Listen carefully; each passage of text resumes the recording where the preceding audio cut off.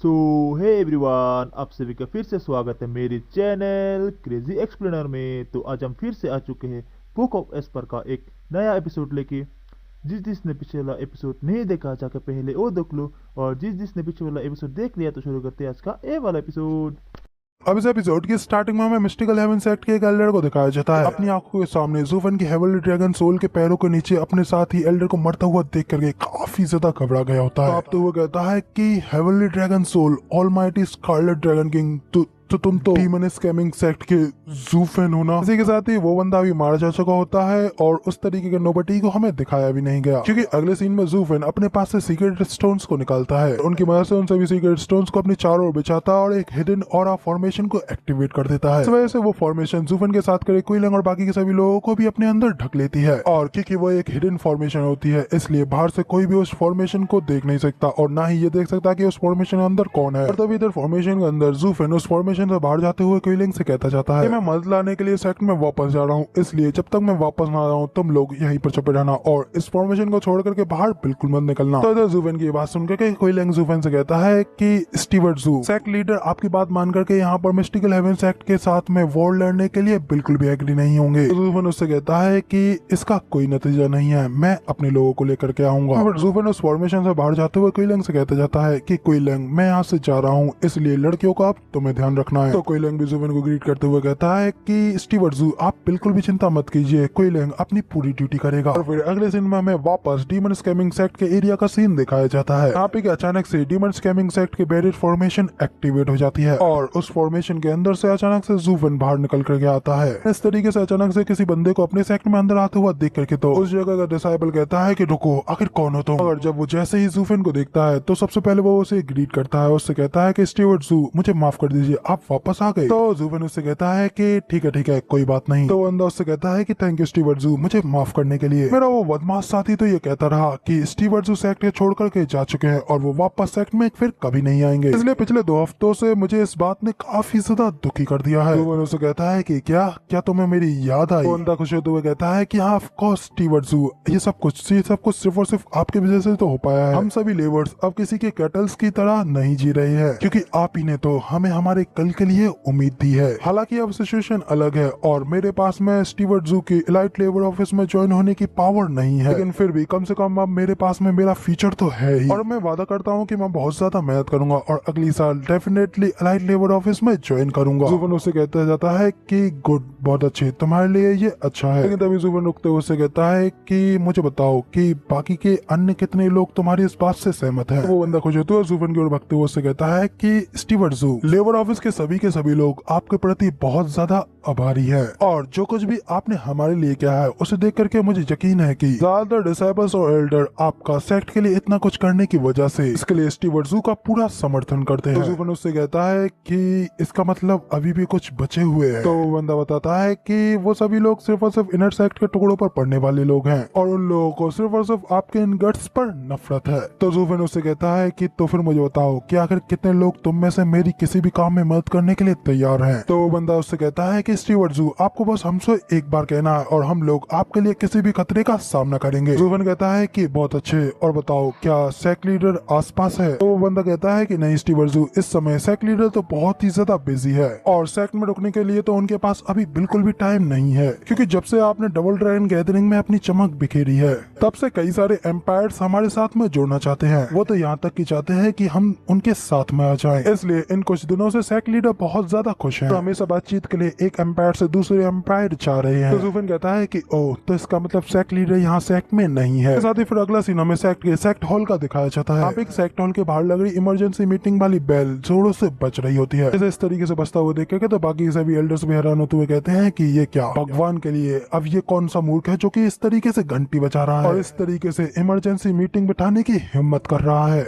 इस बार double dragon gathering खत्म हो चुकी है और पिछली बार से सिर्फ 2 दिन ही बीते हैं, तो फिर आखिर इस बार ऐसा क्या खास है जो ये हो रहा है। दूसरा एल्डर कहता है कि क्या तुम बेवकूफ हो, सेक्ट लीडर तो ऑलरेडी हमारे सेक्ट में मौजूद ही नहीं है और उनके अलावा अब सिर्फ हाई वेनेबल के पास ही इसे बजाने का अधिकार है, मगर वो तो हमेशा से ही एक सिंपल आदमी रहे हैं और उन्होंने कभी भी इस तरीके से बेल को बजाने की कोशिश नहीं नहीं की है। हालांकि ऐसा साहस रखने वाले कुछ और लोग भी मौजूद हैं। तो ये सुन दूसरा वाला एल्डर कहता है कि तुम्हारे कहने का मतलब क्या तुम वेनेबल सी की कह रहे हो? इसके साथ ही फिर हमें वेनेबल सी के मेंशन का भी सीन दिखाया जाता है, जहाँ पे कि वेनेबल सी ल्यूजी से कहते हैं कि ल्यूजी क्या तुमने उन लोगों से कांटेक्ट किया जिनसे मैंने तुमसे कहने के लिए कहा था? ल्यूजी भी कहता है कि मास्टर वो सभी लोग पूरी तरीके से तैयार हैं और सिर्फ यहाँ पर कुछ बड़ा घटित होने का इंतजार कर रहे हैं। तो वेनेबल सी कहते हैं कि जब वो सब लोग भाग जाएंगे तो फिर क्या होगा? ऐसा लगता है कि अभी भी ऐसे लोग हैं जो कि प्रसिद्धि और भाग्य से बिल्कुल ही बेपरवाह हैं और अपनी मेरिट्स अपनी योग्यता से कतराते हैं। ज़ूफ़ेन ये वाकई में एक काफी बड़ा माइटी नोबल काम है, जो कि एक इतनी बड़ी जीत के बावजूद भी तुम उसे इतनी आसानी से पीछे छोड़ करके यहाँ से चले गए। क्या तुम्हें अपने आगे के करियर की कोई परवाह नहीं है, या फिर क्या ऐसा है कि तुमने पहले ही अपने आसपास के खतरे को माप लिया और उसे महसूस करते हुए वक्त रहते लॉजिकल चॉइस का इस्तेमाल करते हुए चले गए? वो लोग इस तरीके से बात कर ही रहे होते हैं कि तभी उन लोगों को भी इमरजेंसी मीटिंग की बेल की आवाज सुनाई देने लगती है, जो सुनकर वो दोनों लोग भी काफी ज्यादा शॉक हो जाते हैं और वेनेबल सी कहते हैं कि इस समय वो निकम्मा जीवो ये तो घर पे है नहीं, तो फिर आखिर मेरी बजाय मेन हॉल की घंटी बजाने की हिम्मत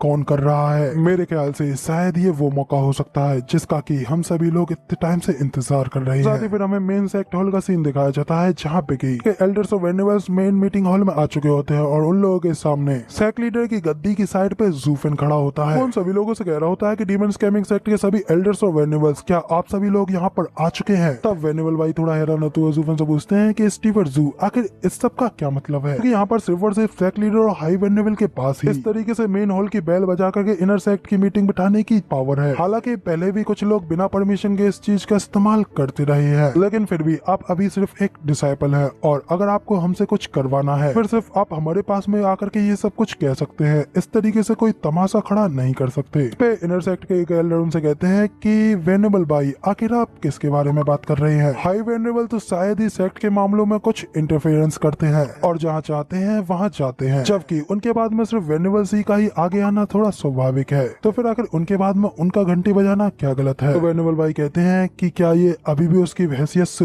ऊपर की चीज नहीं है? ये समझाना मुश्किल है, लेकिन क्या तुम्हें नहीं पता है कि वो सत्ता पाने के लिए किस तरीके से योजनाएं बनाता है? और तभी तक ज़ूफ़ेन में उन सभी लोगों की बात सुनने के बाद में सबसे पहले उन लोगों को शांत कराता है और अपनी पॉकेट से सेक्ट लीडर का टोकन बाहर निकालते हुए उनसे से कहता है कि मेरे पास में ये राइट है, क्या इसके साथ में मैं ये करने के लिए काबिल नहीं हूँ? तभी इधर इस तरीके से ज़ूफ़ेन के हाथ में सेक्ट लीडर के टोकन को देखने के बाद में सभी के सभी एल्डर्स और वेनेबल अचानक से ज़ूफ़ेन के आगे झुक जाते हैं और उस टोकन को देखते हुए कहते हैं कि ग्रीटिंग्स सेक्ट लीडर। ज़ूफ़ेन उन सभी लोगों से कहता है कि डीमन स्कैमिंग सेक्ट के सभी एल्डर्स और वेनेबल्स सभी को सेक्ट लीडर के ऑर्डर्स को मानना होगा। डीमन स्कैमिंग सेक्ट के सभी एल्डर्स और वेनेबल तुम सभी लोग अब मेरी कमांड बिल्कुल ध्यान से सुनोगे, वरना जो कोई भी इस बात के लिए मना करेगा तो उसे सेक्ट के रूल्स के हिसाब से सजा दी जाएगी। इसलिए मेरा ऑर्डर ये है कि सेक्ट के सभी लोग एक साथ मेरे साथ मिस्टिकल हेवन सेक्ट चलेंगे। सुनकर तो सभी के सभी एल्डर्स और वेनेबल्स काफी ज्यादा शॉक हो गए, तो उनका मुंह खुला का खुला रह जाता है। जबकि इस चीज से वेनेबल सी तो मन ही मन खुश होते हुए कहते हैं कि हा ज़ूफ़ेन आखिरकार तुम वापस आ ही गए और अब तुम यहाँ पर आकर के जितना ज्यादा बड़ा शोर मचाओगे मेरे लिए उतना ही ज्यादा अच्छा रहेगा।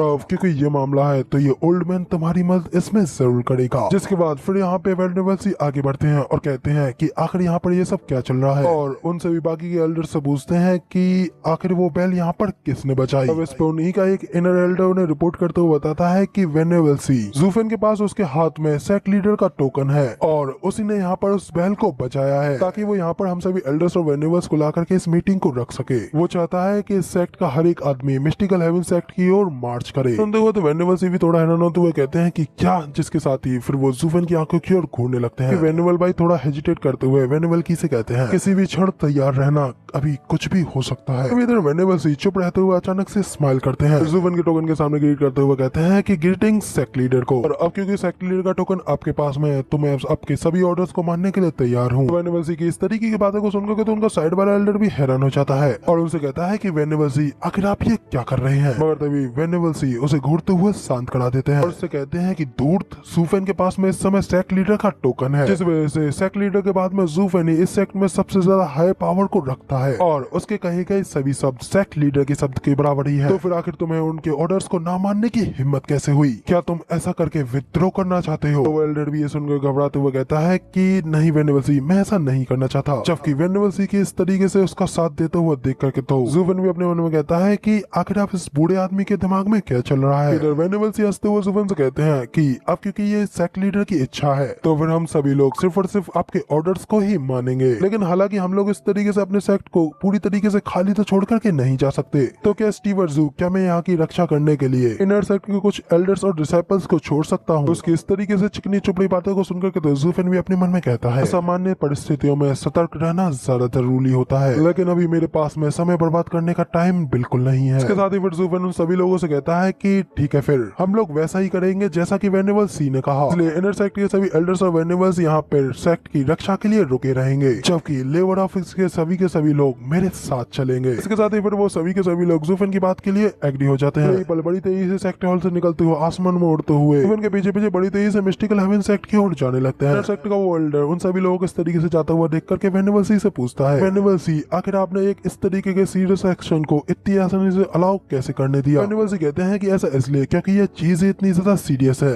जैसे कि हमें इस बच्चे को करने देना चाहिए, और मैं उसे यहाँ पे फिर से सेक्ट में बिना किसी चीजों को हिला डुलाए इतनी आसानी से सेक्ट से जाने नहीं देना चाहता हूँ, क्योंकि यहाँ पर सिर्फ उससे छुटकारा पाना ही काफी नहीं है, हमें उसके लगाए इस लेबर ऑफिस को भी जड़ से उखाड़ फेंकना होगा, वरना तो वो लोग फिर से उठ खड़े होंगे और राइज करने लगेंगे और हमें इसका हमेशा पछतावा रहेगा। और अब जबकि वो खुद ही इस चीज के लिए पूछ रहा है, तो फिर हमें भी उसकी इन उन्नति योजनाओं को आगे बढ़ाना चाहिए और उसे खुद को इस तरीके से नष्ट करने देना चाहिए। तो अब जबकि वेनेबल से ये सब सोचते हुए जोर जोर से हंस रहे होते हैं, तभी हमें दिखाया जाता है कि उनके पीछे से कोई उनकी बातों को छुप करके सुन रहा होता है, जो कि कोई और नहीं बल्कि एल्डर युआन होते हैं। वो भी इन सब चीजों की वजह से थोड़ा नाखुश हो, तो अपने मन में कहते हैं कि इस बार वाकई में उस बच्चे ने अपनी लाइंस को कुछ ज्यादा ही क्रॉस कर दिया है। फिर यहाँ पर सीन चेंज होता है, फिर हमें आधे महीने बाद का सीन दिखाया जाता है, जहाँ पे कुइलंग और वो तीनों लड़कियां अभी भी ज़ूफेन की लगाई उस अरे फॉर्मेशन के अंदर ही छुपे हुए होते हैं। लेकिन तभी अचानक से कुइलंग को अपने पीछे से कुछ चीज फील होती है। फिर जब वो पीछे मुड़ करके उस चीज की ओर देखने लगता है, तो वो काफी ज्यादा शॉक हो जाता है, क्योंकि उसके सामने एक बेहद बड़ा काला बादल के अंदर कई सारी रोशनियों में लीन पावर्स उन लोगों की ओर ही आ रही होती है, और इस वजह से उन लोगों के आने की वजह से वहाँ पे एक तूफान सा भी फैल जाता है। हमें दिखाया जाता है कि वो कोई और नहीं बल्कि डीमन स्कैमिंग सेक्ट के एल्डर्स और वेनेबल्स की ही आर्मी होती है, जैसे कि उन सभी लोगों के आगे उड़ते हुए ज़ूफेन लीड करते हुए आ रहा होता है, और बाकी के सभी एल्डर्स और वेनेबल्स ज़ूफेन को सिर्फ फॉलो कर रहे होते हैं। तो भाई कुइलंग शॉक हो गया होता है, उसकी आंखें खुली की खुली आ जाती है और वो कहता है, हे भगवान, ये सब क्या चल रहा है? स्टीवर्ट जू तो वाकई में पूरे सेक्ट को ही ले आए, मगर लेकिन आखिर सिर्फ हमारी लड़कियों को लाने के लिए इतने सारे लोग यहाँ पर क्यों आए हैं? बल्कि यहाँ पर योंगनिंग और स्वेंगर भी काफी ज्यादा हैरान हो गई होती है। योंगनिंग भी शौक होते हुए कहती है कि आखिर अब ज़ूफेन डीमन स्कैमिंग सेक्ट में कितना बड़ा आदमी हो सकता है, जो कि सिर्फ ज़ूफेन की बात मान करके आपका sect leader mystical heaven sect से भी लड़ने के लिए तैयार है? क्या ये इसलिए है क्योंकि ये ज़ूफेन ने कहा है? मगर तभी इधर ज़ूफेन उन लोगों के सामने नीचे उतर आता है, देखेगा तो कुइलंग भी खुश होता है, उसकी ओर भक्कर के आता है और उससे कहता है कि स्टीवर्ट जू, मैं मान गया कि आपका नाम तो बहुत ही ज्यादा वाइड स्प्रेड और हैवी है, जहाँ तक कि सेक्ट लीडर ने भी आपकी बात मानते हुए आपको एक इतनी बड़ी फोर्स दे दी। तो आप जैसे किसी व्यक्ति को फॉलो करने के लिए सक्षम होने पर ही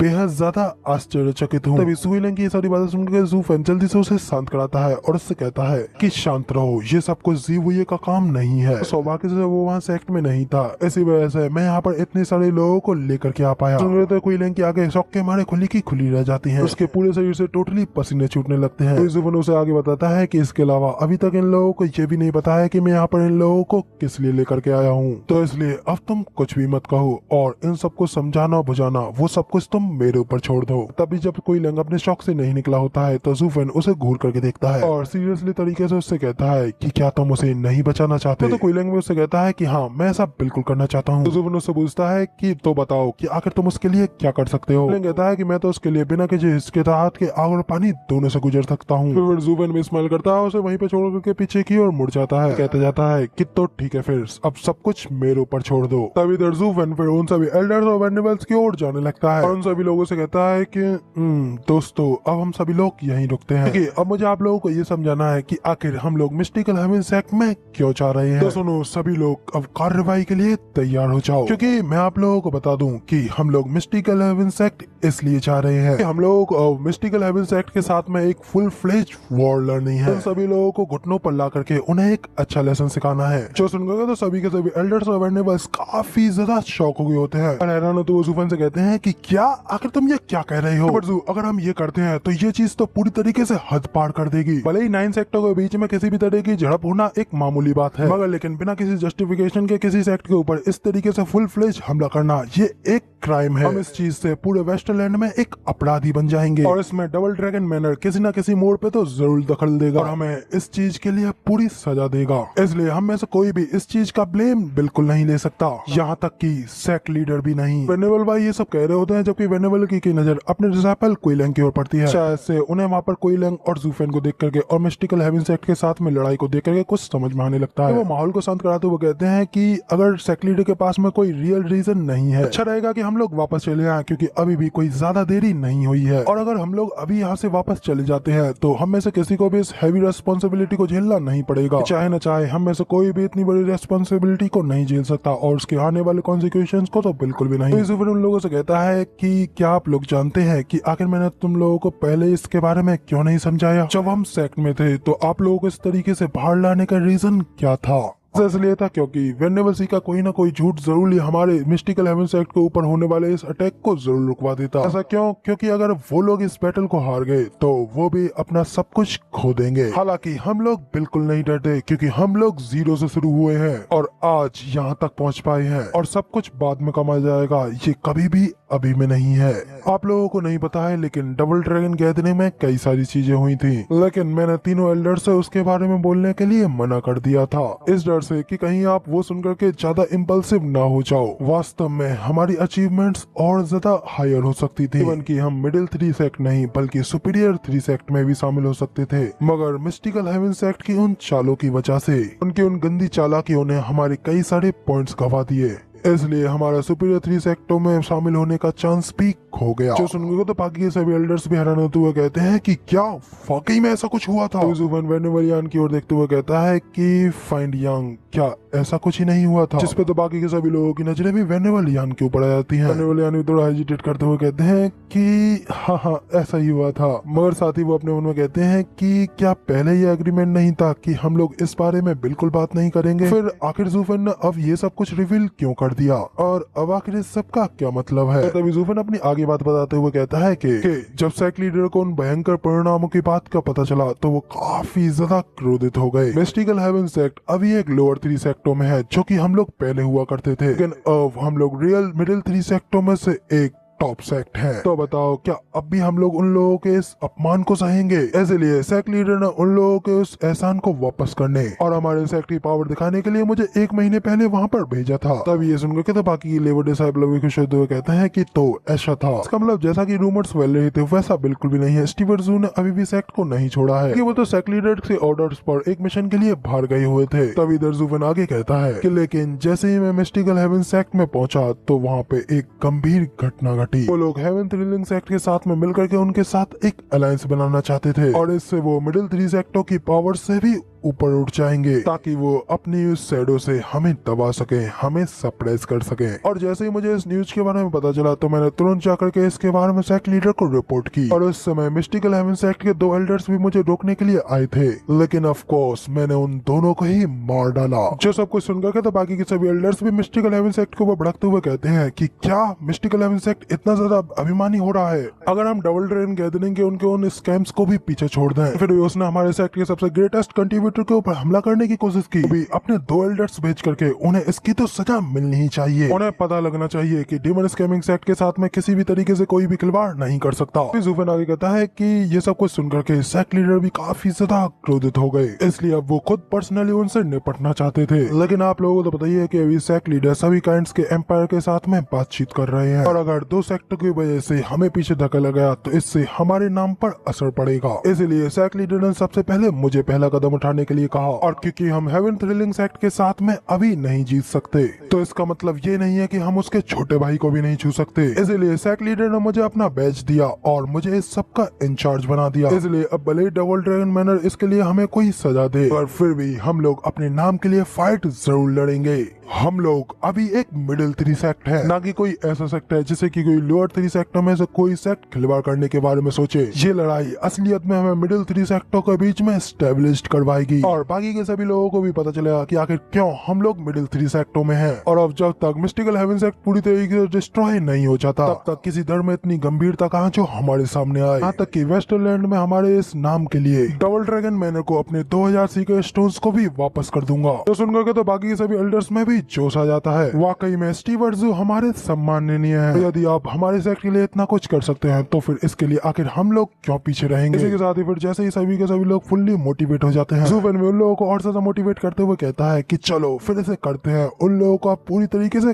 खत्म कर देते हैं। जबकि इधर हमें क्विलन को दिखाया था और वो तो भाई पूरी तरीके से शॉक में आ गया होता है। ज़ूफेन के इस तरीके के मैनिपुलेशन टेक्निक्स को देख करके तो उसकी आंखें खुली की खुली रह जाती है और वो अपने मन में कहता है कि स्टीवर्ट ज़ू की इस तरीके की बेतहाशा सीखी ने यहाँ तक कि सेक्ट के एल्डर्स को भी युद्ध के लिए पूरी तरीके से तरसा दिया है। और अब यहाँ तक कि सेक्ट लीडर भी यहाँ पे आ जाए तो भी वो लोग अब रुकने वाले बिल्कुल नहीं है। कि अगर मुझे भी पहले से इस बारे में पता नहीं होता तो मैं भी स्टीवर्ट ज़ू के ऊपर पूरी तरीके से विश्वास करता। और क्या स्टीवर्ट ज़ू के हाथ में रहा वो बैच, क्या वो डबल ड्रैगन गैदरिंग में इस्तेमाल करने के लिए पहले स्टीवर्ट ज़ू को नहीं दिया गया था। वाकई में इस चीज से स्टीवर्ट ज़ू ने सभी लोगों को आसानी से बेवकूफ बना दिया। तो इसी के साथ में फिर हमें वेनेबल की को भी दिखाया जाता है और वो ज़ूफेन से कहते हैं स्टीवर्ट ज़ू मिस्टिकल हेवन सेक्ट मोस्टली हमारे सेक्ट के ही साइज का है, लेकिन अभी हम बिना किसी के साथ के जा रहे हैं और उनके होम ग्राउंड के ऊपर ही हमला करने वाले हैं। तो इसलिए उन लोगों के सामने, उन लोगों के ग्राउंड में, उनके अरेस के पीछे उन्हें हराना काफी ज्यादा मुश्किल होगा। जो सुनकर के बाकी के सभी एल्डर्स और डिसाइपल्स भी निराश होते हुए कहते हैं कि हाँ ये बात तो बिल्कुल सच है। और अब जब वो सभी लोग इसके बारे में सोच रहे होते हैं कि तभी अचानक कोई बंदा वहाँ पे ज़ूफेन की ओर आते हुए ज़ूफेन से कहता है कि ब्रदर ज़ू, हम लोग यहाँ पर आ गए आप लोग की मदद करने के लिए। साथ ही जब वो एल्डर्स उस आवाज की ओर देखते हैं तो वो सभी के सभी उधर देख कर काफी ज्यादा शॉक हो जाते हैं। उन लोगों के सामने उनकी मदद करने के लिए आई होती है ल्यू क्लैन की पूरी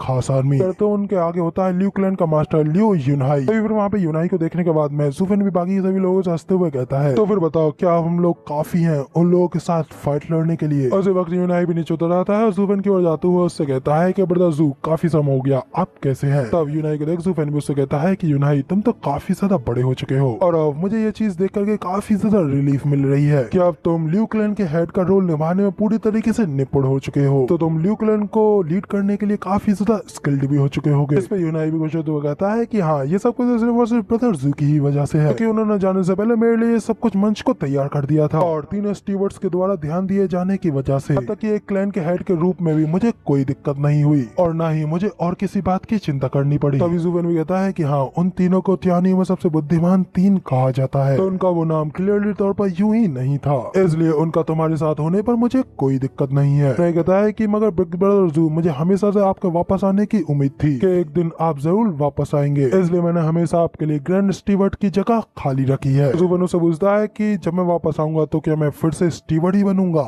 मैं तब से अब तक रैंक्स में ऊपर उठते जा रहा हूँ और अब क्या मैं रैंक में फिर से वापस नीचे आऊंगा? तभी उन्हें हंसते हुए कहता है कि हाँ, हमेशा से एक और सीट खाली है और वो जगह है मेरे बहन का हस्बैंड बनने की। तो क्या ब्रदर ज़ू, क्या आप मेरा जीजा बनना चाहोगे? तो ज़ूफेन उससे कहता है कि भूल जाओ उस बात को, उससे तो अच्छा स्टीवर्ट ही बनना है, क्योंकि मेरे पास अब ऑलरेडी एक वाइफ है और मैंने उसे ही बचाने के लिए तुम लोगों की मदद के लिए एक जेट स्लिप भेजी थी ताकि मैं उसके साथ में ल्यू क्लैन में वापस आ सकूं। सुनकर तो यूनहाई भी खुश होते हुए कहता है कि क्या वाकई में अब मेरी एक भाभी भी है? तभी उसी वक्त ल्यू क्लैन में से एक और बंदा ज़ूफेन को आवाज लगाते हुए कहता है कि स्टीवर्ट ज़ू, हम लोग भी यहाँ पर इस चीज का एक काफी लंबे समय से इंतजार कर रहे थे। ज़ूफेन वो और देखता है तो वहाँ पे कोई और नहीं बल्कि हमारे प्यारे एल्डर ली होते हैं, के पीछे बाकी सभी इंपॉर्टेंट ल्यू क्लैन के वेनरेबल्स। उन सभी लोगों को वहाँ पे देख करके ज़ूफेन भी खुश होते हुए कहता है कि एल्डर ली और बाकी के सभी लोग, काफी समय हो गया मुलाकात हुए बिना, आप सभी लोग यहाँ पे आए, इसके लिए मैं बहुत ही ज्यादा आभारी हूँ। तो सभी लोग भी ज़ूफेन को ग्रीट करते हुए कहते हैं स्टीवर्ट ज़ू, ये कहने की जरूरत नहीं है क्योंकि ये तो हमारी ड्यूटी है। तो ज़ूफेन उन लोगों से कहता है कि तुम सभी लोगों का शुक्रिया, तो चलो अब मिस्टिकल हेवन सेक्ट की ओर चलते हैं। तो सभी लोग भी कहते हैं कि हाँ, हम सभी लोग खुशी खुशी आपके लिए अपनी जान जोखिम में डालने के लिए तैयार है। तब उन लोगों को ज़ूफेन के लिए इतने ज्यादा प्रेम भाव को देखते हुए वेनेवलियन में हैरान होते अपने मन में कहते हैं कि तो ये है स्टीवर्ट ज़ू की असली फैमिली। इन लोगों का रिश्ता तो बिल्कुल एक गोल्डन लॉक की तरह है जो कि युगों युगों तक अटूट रहेगा। कोई आश्चर्य नहीं है कि Stewart zoo demon scamming set को यहाँ पे छोड़ करके बस अपने घर अपने ल्यू क्लैन में क्यों जाना चाहते थे।